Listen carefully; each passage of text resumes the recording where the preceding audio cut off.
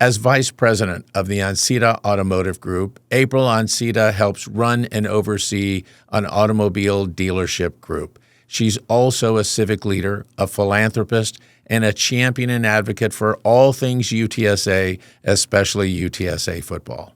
So join us as we sit down and talk to April about the future of the car industry, UTSA football, and what's happening down at San Antonio City Hall. So first of all, tell me about the Ancida Automotive Group.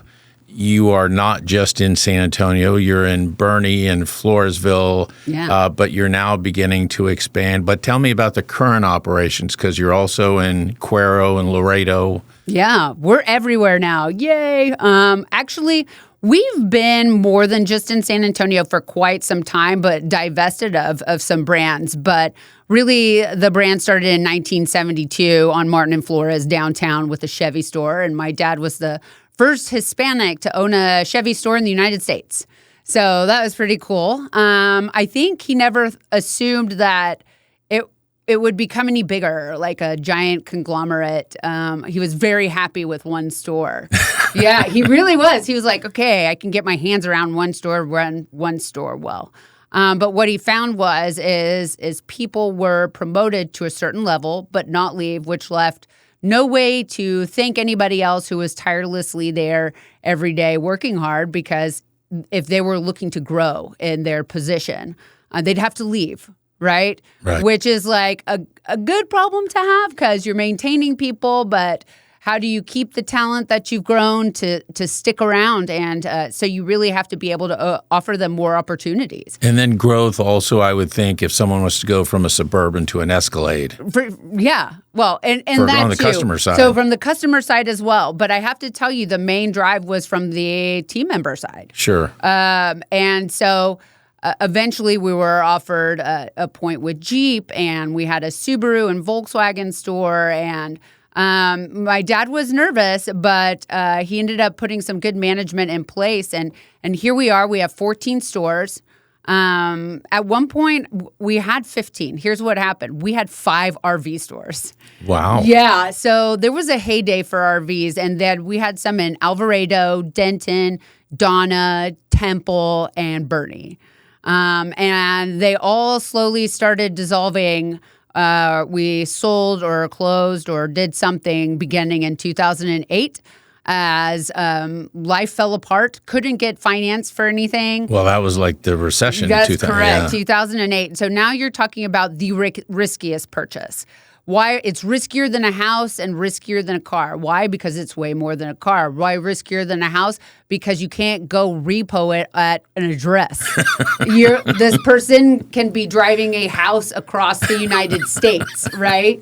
And so getting people to offer loans, banks to do any loans, was way difficult, and gas was around 4 something at the time. So now we had both of those things hitting us right in the face. And so we eventually just ended up going down to one store, one RV store in Boerne. But after that, we started expanding again. We have a store in Floresville. We bought a Ford store, and then 2 in Eagle Pass, a Ford and Stellantis store. And for those that don't know, Stellantis is Chrysler, Jeep, Dodge, and Ram. And we have a Volkswagen store in Laredo, and Boerne store, GMC Buick and RV, and then most recently Cuero last year, GMC Chevy.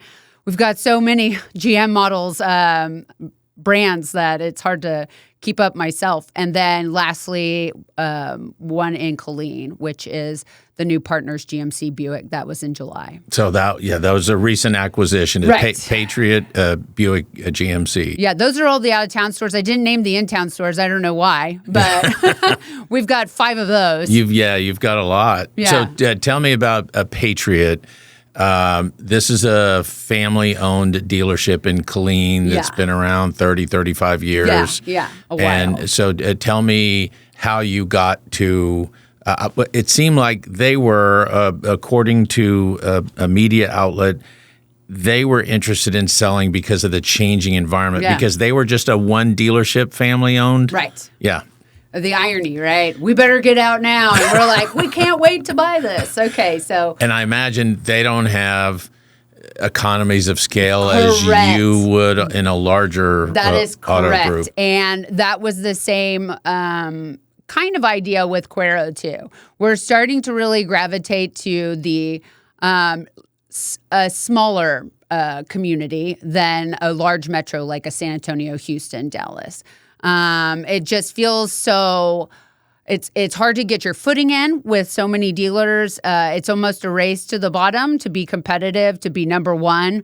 And to be ingrained in the community, it's like I said, is really quite difficult. So you get into a smaller community like Cuero or like Killeen, you can, one, make a real difference when you start getting philanthropically and civically involved. And so that's nice. So then people really recognize your name. People remember where they bought their car, how they felt.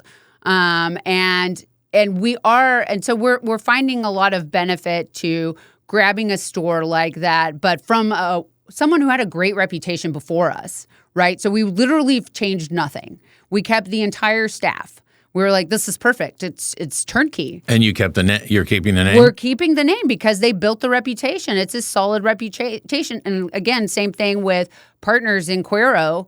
I mean, basically like a family-owned, great reputation, kept everybody. And it's really appealing, but we also have the economies of size, right? So I've felt now where I am, we've gotten past the reason my dad expanded. And now the way the auto business is, I do feel if you don't grow, you will get left behind. If you are the one dealership, because there's fewer and fewer standalone points out there, everybody's buying in groups. I feel like that's the only way to stay in this industry is to continue to grow. And so that's why we're still going after it. And I just feel you can still be successful around here. So talk to me about the future of the automobile industry. There's been talk of fewer and fewer dealerships having 1,000 cars on their lot. And, people, would you say buyers are more sophisticated today because of how they shop online? They are. They used to rely on, I call them product specialists. I really don't like the term salesman because I feel like we are product specialists, but at the same time, the consumer's coming in as a product specialist too. And on occasion, they might know more than the person who is selling the vehicle because they've done so much online research. They know the crash testing ratings. They know what the guy down the block is also selling it for. They know the reliability of a vehicle. So, I mean, you have an incredibly educated consumer coming in. For the most part, in the auto industry, your primary base is still the people that are in the area you live in. So on I-10 and Huebner, most of our customers come from I-10 and Huebner. But so you don't have to have as many on the lot as you used to, but you still need a variety. It is not an order-only society. Everybody wants to still come in and touch the car, and feel the car. And I learned that no more than when we were going through COVID. I had already had it in place to become Amazon-like, if you will. Prior to COVID, I had billboards that said, ding dong, your truck is at your door. And nobody was taking advantage of it, no matter how we delivered it or the advertising. And I was like, all right, maybe I'm too soon for a car. But here comes COVID. And I'm like, great, I'm ready for this. Here we go. I've got all systems in place to do 100% online, deliver at your door, right? And I have to tell you, in the midst of COVID, when we were selling everything we had, right? So we're doing high volume. Only one or two wanted any form of total delivery at home, everything online. Everybody still came in, touch, feel, drive, colors available. So it was kind of wild and unexpected, to be honest. There's a definite convenience to it, but I would imagine that there may also be the experience issue where people want to see the big red ribbon on the hood of the car. They do. They take a picture of it and they share it with family or put it online or something. And it's really important with a used car, right? A pre-owned car, which isn't like everybody has the same car next to each other on a new car that you anticipate will be in perfect condition.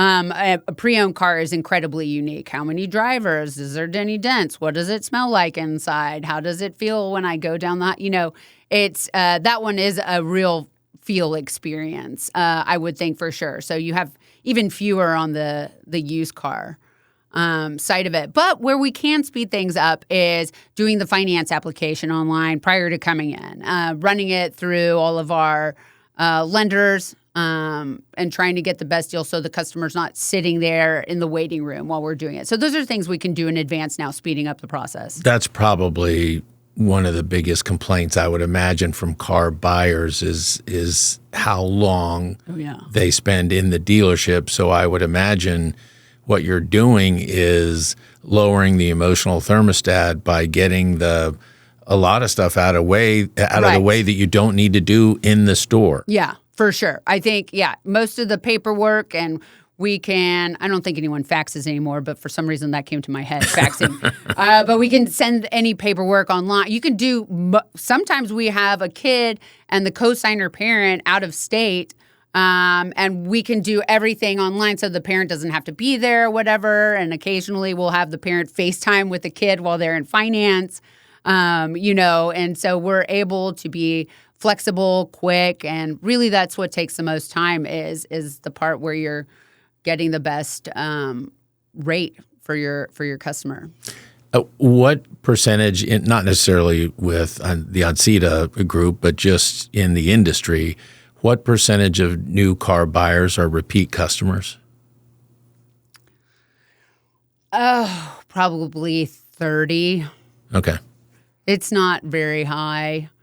It depends on the person. I mean, we have some sales folks that team members. I got a guy named Jay Awashra, and he's over at our Stellantis store, Chrysler, Jeep, Dodge, Ram.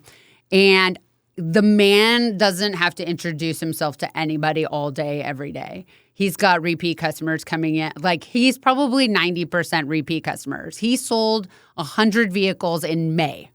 Wow. And we're talking where the industry average is 8 to 12 a month, right? I was going to say. So some brands are stronger than others. Also, it's a little bit harder to keep track of right now because we have people are holding on to their vehicles 14, 15 years. It's crazy, right? And you have people who move in that time or come in on that time, and sometimes upgrade in that time, and we don't have luxury brands. So looking 5 years, 10 years, 20 years down the road, what are there things that you see coming down the road, like electric vehicles or any sort of change to the industry that would cause you to start planning now to adapt? So the electric vehicle thing is really interesting because there were so many incentives behind a vehicle nobody in our area wanted. Again, talk to California, 90% of their sales are electric. I was on a panel with those dealers, and I was like, we deliver maybe 1 or 2 a month of electric vehicles. I believe that here because we also, I don't know that we had, unless you're a Tesla, and I know that they finally signed partnership agreements with other manufacturers, but we didn't have the infrastructure of charging stations. No, but ironically, Austin is big on electric vehicles, but they have a young demographic of a whole bunch of college students that like that, and it's just a different mindset. Only an hour and a half, 2 hours away from here. So they sell quite a bit of there, but Austin's also formed a little bit tighter. There's less range anxiety going around through there, whereas San Antonio, you could get some serious range anxiety going from one end of San Antonio to the other these days. Well, a couple of years ago, I went to Marfa, and a colleague of mine was driving in an electric Mustang. Yeah. And they had to map out between here and there where they were going to have to stop to get recharge. For sure. And I've seen generators attached to electric charging stations. So it's just like, okay, that defeats the purpose. But I think another component about San Antonio that you don't see somewhere like Austin, is you probably have far more one-person households happening in Austin, right? Young entrepreneurs that have. We're a big family city in San Antonio. In some cases, you have 3 generations living in a lot of households. You tell me how you're going to plug in 3 cars, in something like that. And I know some of those places, they have a large family in a house, and they probably have 5 vehicles pre-owned, probably sitting out in the driveway. I just don't know where you plug all of them. I also don't think that they get rid of their pre-owned vehicles anytime soon. Really, there's not a large pre-owned market for electric vehicles because the batteries still die like an iPhone, right? You get your iPhone and it lasts for 2 days without charging. After you've owned it for a year or 2 years, you're like, my iPhone lasted 2 hours and I have to charge it. Okay, so your regular batteries are the same way. So it's still not appealing to the demographics of San Antonio. That's my personal view. That's what I've seen. But it was pushed so hard on everybody that then there became a rally against it, right? Even Stellantis with their Dodge Charger has gone back to getting an ICE engine because the electric Charger here, it's weird when you press the pedal and you don't hear any rev. Yeah. So there's still a sense of emotion too.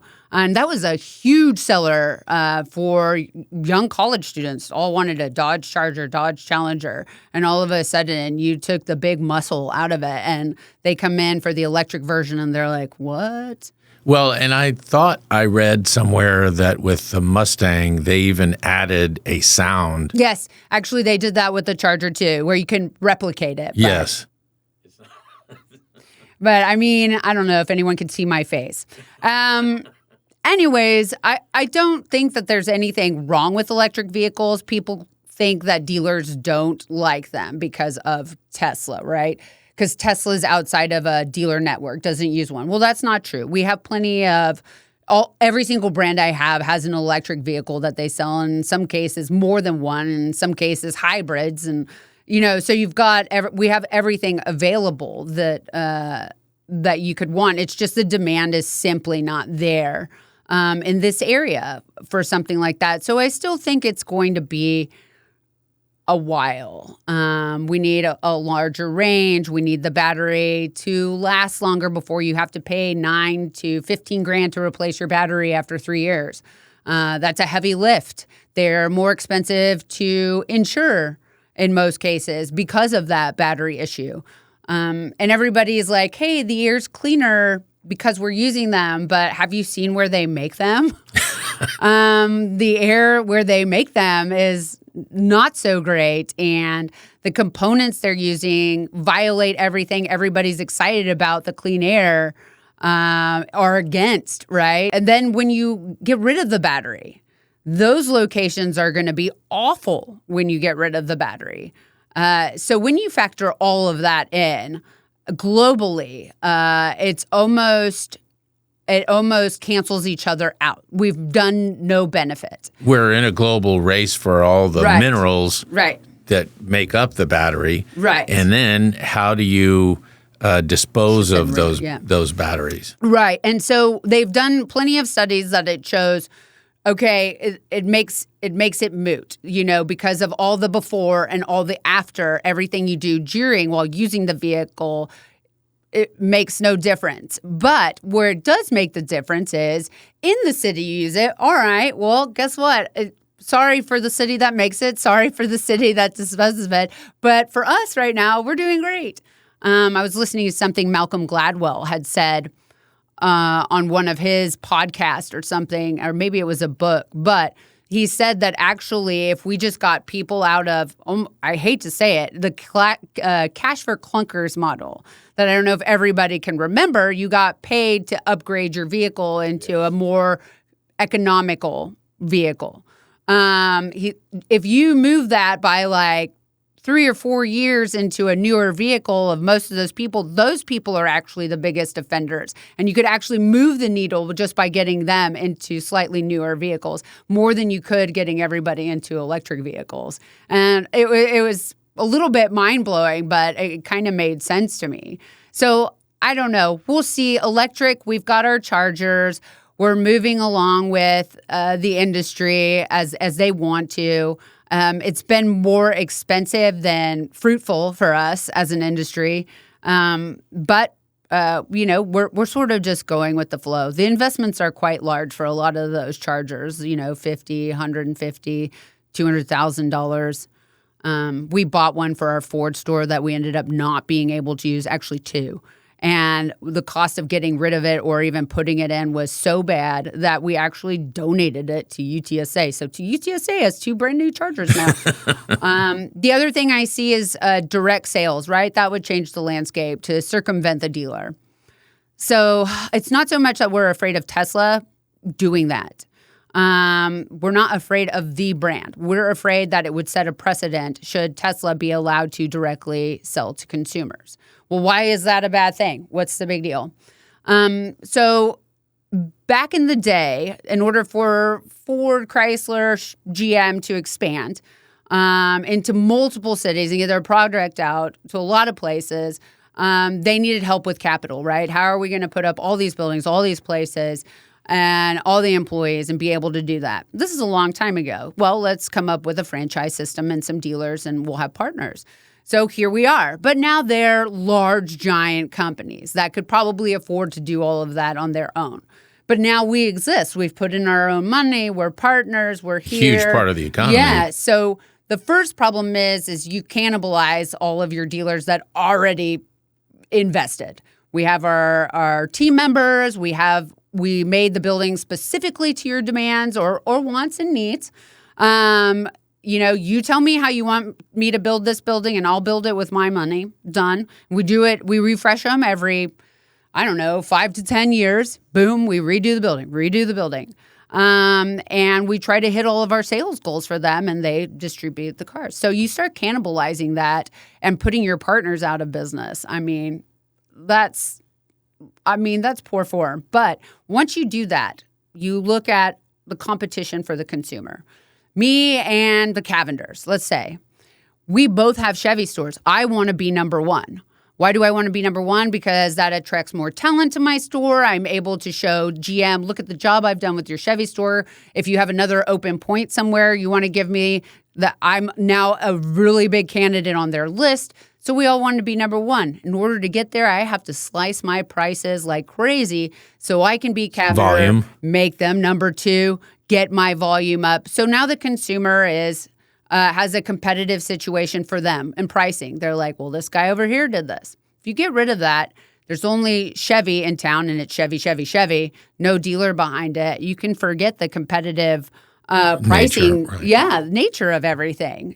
So there's a benefit to the consumer.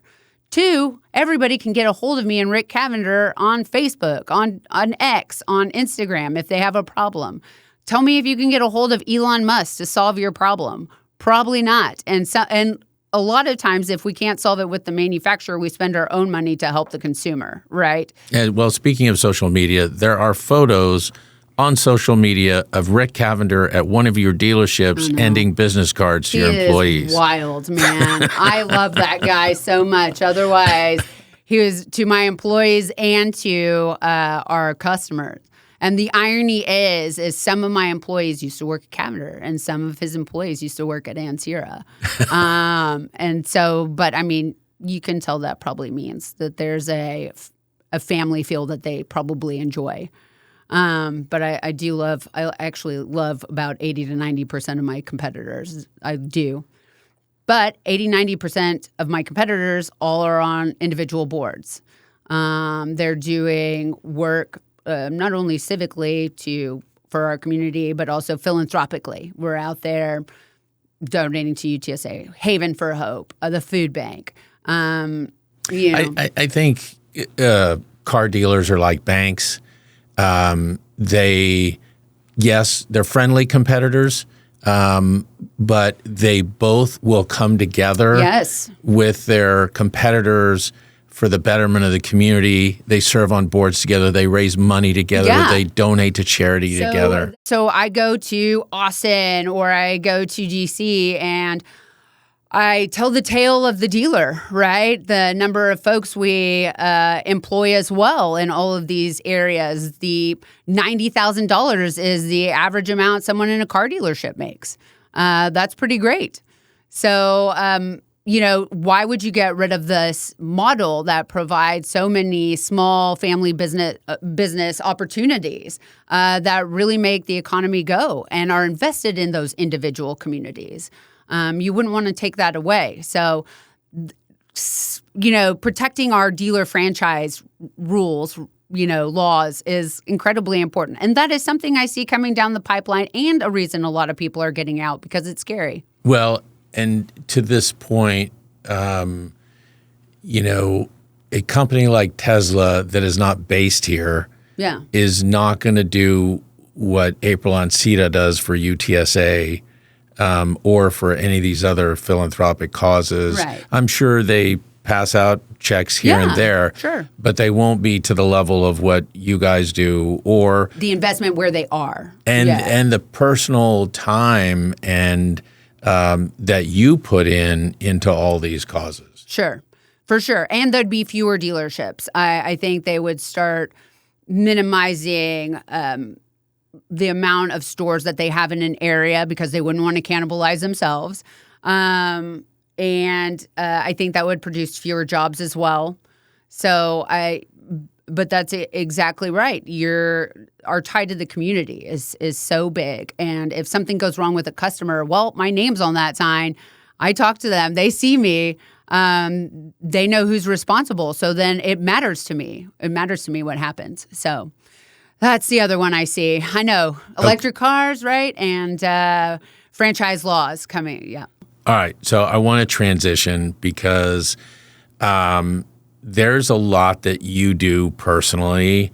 You're a mom of two, correct? Mm-hmm. Yeah. And you and your husband and your kids are involved in your commercials. And, we've been at UTSA games and seen you close by. You do triathlons. Yeah. You do volunteer your time. You raise a lot of money. And I know one of the things you're very passionate about that you're working on right now is Charlie's Seats. Yes. So tell me about that. Okay. So I joined the Tobin Center board, 5 or 6 years ago. And it was interesting because I was overloaded on boards, but I didn't have my fingers in the arts anywhere of all the things I had done. And I was big into ballet. My entire 2 to 17 years old, I was in ballet, danced in the Nutcracker here. My dad was like, if I have to go to one more Nutcracker dance, listen to me, drive him crazy. But so I got engaged immediately, knowing that a lot like sports do for youth and the lessons that they can learn for leadership and growth and dedication to something, that you can do the same in the performing arts as well. And it's also a great outlet, whether it be dancing or singing or comedy, that it's also great for our young kids growing up too. It also leads to doing better in school, better grades, all those things. And it's also nice to provide entertainment for the city we live in, San Antonio. Now, all of the arts in San Antonio have a home at the Tobin Center. So we have our own ballet. We have our own orchestra. We have our own opera. We have our own youth choir and our own youth symphony as well, YOSA. So we house all of those things for them, and they're guaranteed a space there for all of eternity for San Antonio to enjoy. But not only that, they have great, like Trisha Yearwood performed there. Who else? We have Gabriel Iglesias did a bit there other night, for a fundraiser that they had. Steve Trevino is their local comedian. Oh, those guys are amazing. Yeah, no, they did fantastic. So they have regular programming as well often there. But so we have something called Charlie's Seats. It's named after a wonderful philanthropist in our town, Susan Naylor. You said you knew her. I do. And her son sadly passed away a number of years ago. And one of the things Charlie just loved was music and performing arts, right? And so she wanted to be able to give the experience of going to the Tobin to students, kids, things of that sort. And so she put the seed money in to start Charlie seats in order so every single show would have Charlie seats that these kids would be able to go and see anything that was at the Tobin for free. But since then, we decided we wanted to expand the amount of Charlie seats we had, and we wanted to expand it to the number of groups available out there to offer them free or insanely discounted tickets, like $5, but also free. And so the first group was the military group. If you're in the military now or ever been, sign up at this link for the Tobin Center, and now you get an email for every show that has free or discounted tickets, first come, first serve. That went over so well that we had another group, teachers. Teachers were like, us too, yay. So we did, okay, you got it. So we did teachers. So now teachers can go in there and they have a group. And now first responders have a group. So that's 3. Also, now we talked about students that are either college-age students. We have a group for them. And then we have a subgroup for kids that are younger, right? And then we have one, believe it or not, we thought about what about the folks who it would be tougher for them to enjoy this financially, but we think should also be exposed to the arts or deserve to be here. So we have a Wick and Snap category as well. Wow. So Yeah. if you literally have a Wick card, that's how you qualify. You put it in, you put your name in, boom, you get an email. And WIC and SNAP are federal programs for those people who need Right. some It was the help. only way we could best figure out, okay, these are the people who really deserve or in a situation of need, right? Is, okay, this is how we identify them. I know there's other folks out there, whatever, but it would be too tough to go one by one to And decide. they probably have the least amount of exposure to the arts. For sure. So we thought, let's bring them into the fold. So now we have all of these categories. Okay, but how are we going to fund them? Just opening the door to the Tobin, it costs $5,000. You put that key in, you open it, nothing happens yet, $5,000. That's, so you have to fund it, right? It's not just a free seat that anyone could plop into. And so this year, I really wanted to double the number of seats that we normally gave out. So my goal is $100,000 to fund these seats. I'm at $75,000 to get there by the end of December. And I'm just looking for $5, $10, $15 just to send a student, a first responder, a military person there. And where do people go if they would like to help you reach your goal? Yeah, it's at tobincenter.org/April Ancira. If you haven't seen any of my marketing ever, my name's APRILANCIRA. I've run into that multiple times lately. A UTSA kid asked me the other day at Apple, oh, where do you work, Ancira? Oh, really? What do you do there? And I'm like, well, yeah, this, that, and the other. And he goes, well, I go to UTSA. I'm studying business. And I was like, this is wild. Yeah. And he goes, so are your auto stores here in San Antonio? And I was like, all right, I got to do more marketing. Well, So yeah. Well, you're all over the TV. I mean, we see it I thought I everywhere. was all over UTSA too. But Yes. Well, speaking of that, you recently started a special promotion. You've always been very supportive of Coach Traylor and the UTSA football program, but you recently stepped up even more with your sponsorship, and you see the Ancida logo I think it's on the 20-yard line.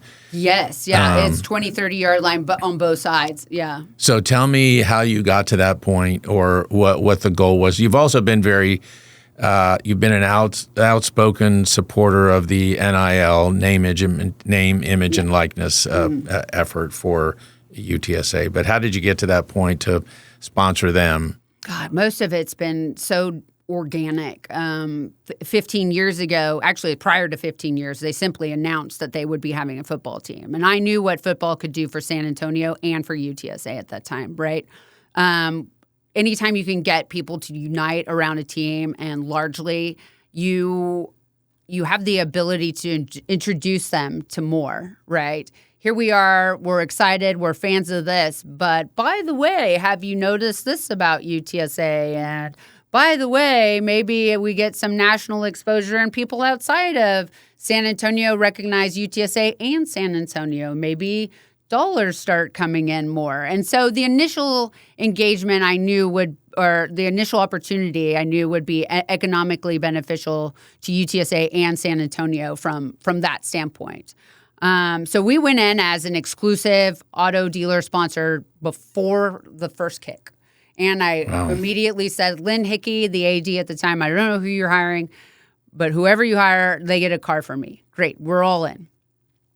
Since then, it felt like a bit of a long road trying to engage other people. We reduced the amount of spend we had, so we removed the exclusivity, hoping that by adding additional dealers, it'll add up to more than what we were spending, right? Which is hard for me to be like, okay, this is good for the school, but I have to give up my exclusivity. But I'm sure without them and their support, we couldn't grow the program either.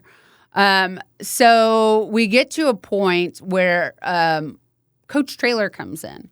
And I knew the other two coaches, and they were wonderful men. Larry Coker, super. He would write me notes and come visit Gunnar and karate, and Frank, we'd go to lunch. But Coach Traylor, he, first of all, he taught me what a booster was. I didn't know what a booster was. He called me one day, and he's like, April, I need 10 grand.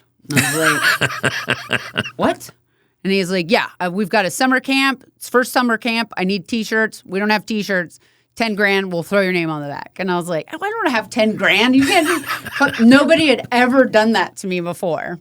And that was my introduction to what it is to be a booster. I didn't realize you just get these calls with these, ask for money. But he had been in all the areas where that was normal. Yes. High school, Gilmer, Texas. That was like their Friday night lights. He's UT, Arkansas. You just call and ask for money. That's it. Okay, here we go. Here's the money. But he invites me over to his house with Carrie. She cooks a meal for Jason and I, and we hit it off. And then we end up, becoming friends. Like he's actually developing this relationship, and he's doing this with everybody. Then they started inviting me to Thanksgiving dinner with the entire team. Then they invite me on a road trip on the plane with the team. So now I'm really being engaged. So this is where they're literally pulling me in. So now it's easier for them to call and say, I need $10,000. You got sucked into the vortex. I got sucked into the vortex.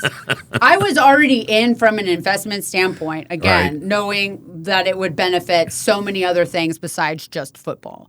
But now they're sucking me into the friendship vortex where my wallet begins to open more. Well, and that's what I'm scared about, because you brought me something that I'm afraid now is going to suck me into the my bird chain. That's vortex. My NIL bird chain. Yeah, I love it, and thank you for this, by the way. Yeah, that was for 210 Inspired, the exclusive NIL for UTSA football. But to get to I'm deep into the vortex. Other dealers are now in, and this is where I make the decision, or my husband and I. The rules changed this year. It was only allowed this year to be on the field.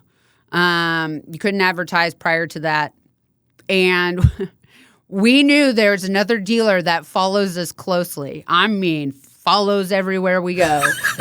And if we didn't take it, they were going to take it. And I was like, no. I know I'll let y'all in. Does it start with the letter C? No. Oh, okay. It doesn't. Okay. And so we were like, we need a week to think about this. And they're like, all right, y'all get first dibs because you were first dealer ever to come in.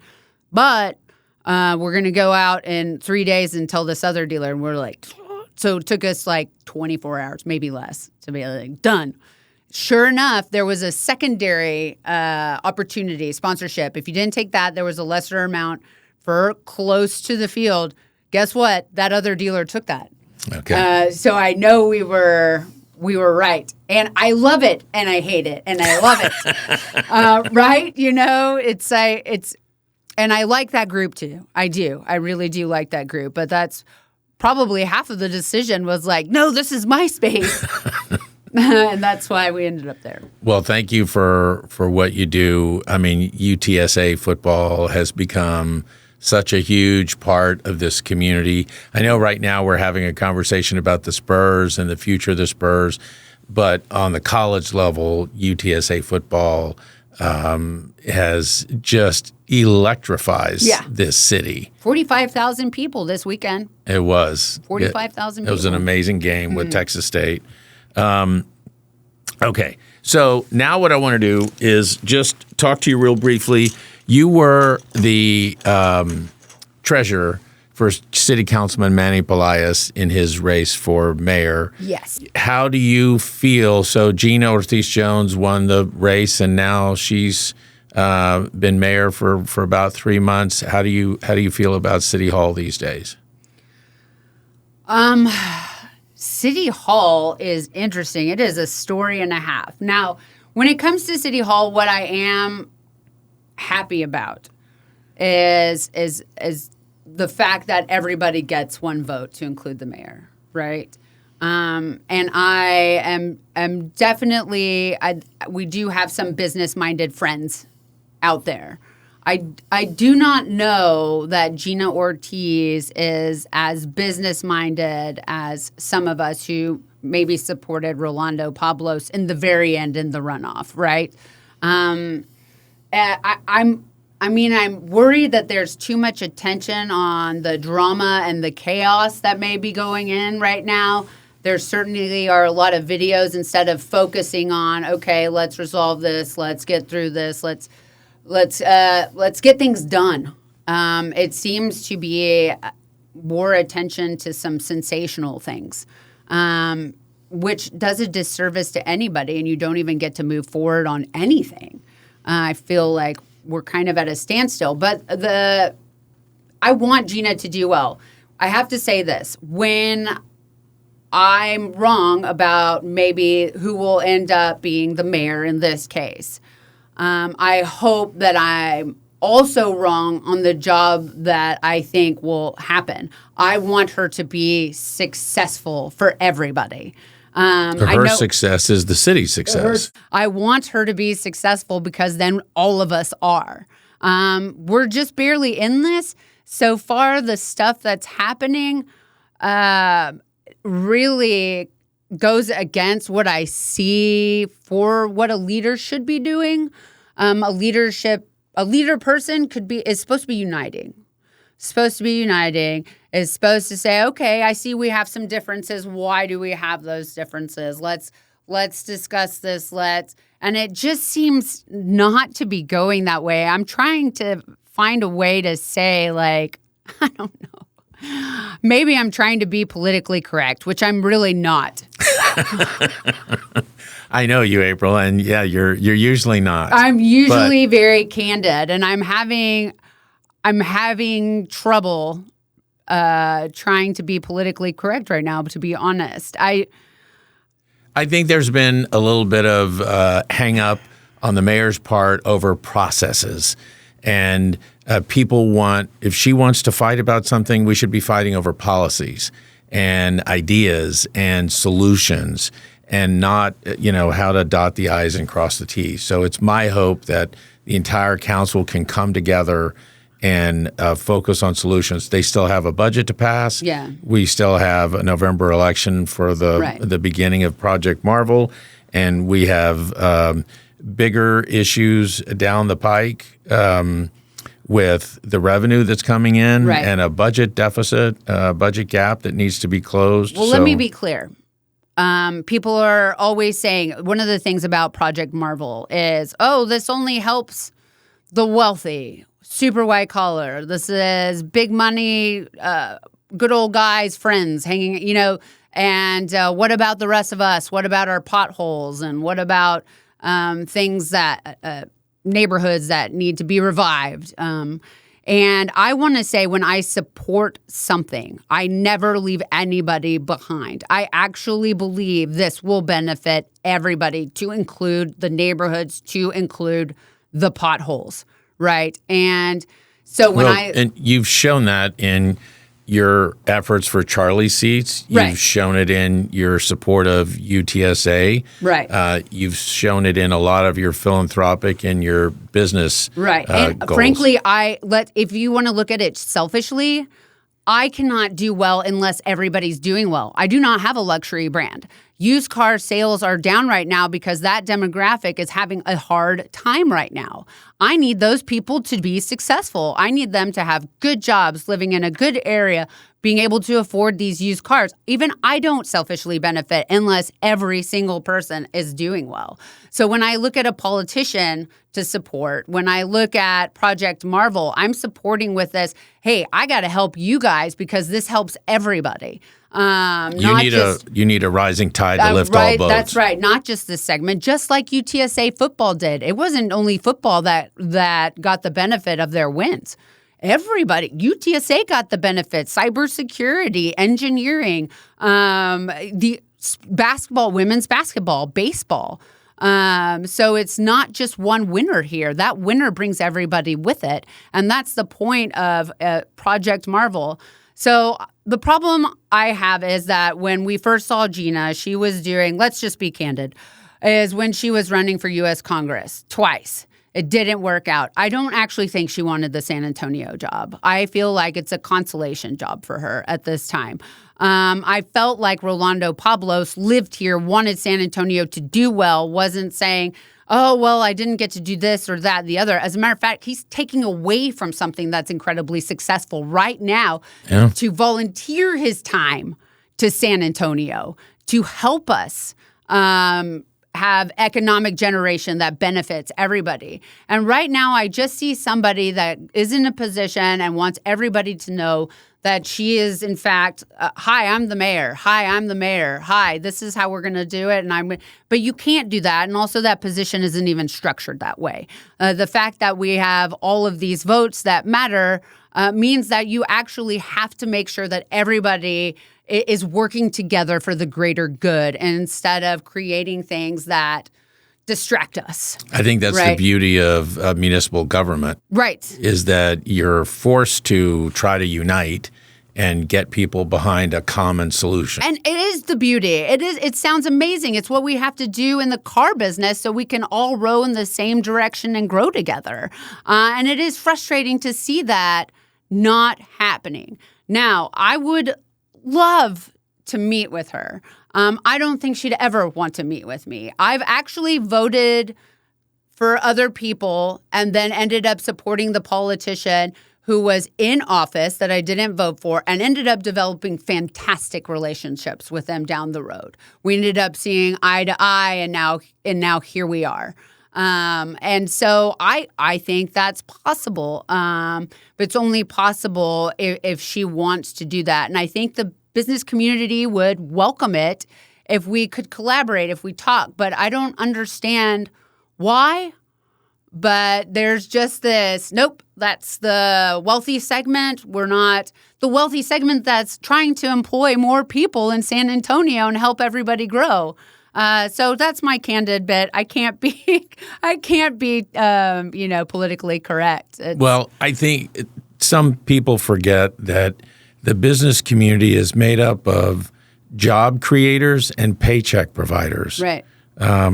And they're the economic engine behind a community. And so... And I can't do it without them. Exactly. I need them. I need them. Let me end on this note, just to move away from politics. But just what is your hope for San Antonio? I love that San Antonio is so distinctive in the cultural vibe. And I feel like in that sense, we have a lot of flair to offer and a great river walk. I wouldn't ever want to become as large as New York because there's something that gets lost in it. I do like our culture, our flavor of life here for sure. But at the same time, with that existing vibe, I would certainly like to improve the standard of life for a lot of people. I really do. I would like those folks that don't have access to transportation to get to a job to be able to do that. I would like to end the cycle of poverty where people feel that they have to live endlessly, breaking probation, going into jail, having kids that are watching us, and then they end up doing the same thing in circles on the east or west side of town. and feel as if they're the victim. I want to get them out of the sense of victimhood. I want to provide them the tools to lift their families up. I would love for the crime in those areas to be lower. I've seen people leave, a lot of them, because that hasn't been handled. I mean, I just want San Antonio to be a successful, strong, wonderful place to live with wonderful entertainment opportunities like the Majestic, the Tobin, the Spurs, UTSA. And soon to be the Alameda. Right. Alameda, the green spaces. I was on the Parks Foundation, right? So I love the ability to have trails, which we have all of those trails around us, the Howard Peak Greenway, and the parks where we have events and things for people to do. I just want San Antonio to be a great place to have a wonderful quality of life. Well, April Ancida, you're a civic leader, you're a pillar of the community, you're a philanthropist. Thank you for everything you do and for taking the time to visit today. Oh, thank you for having me. It was good fun.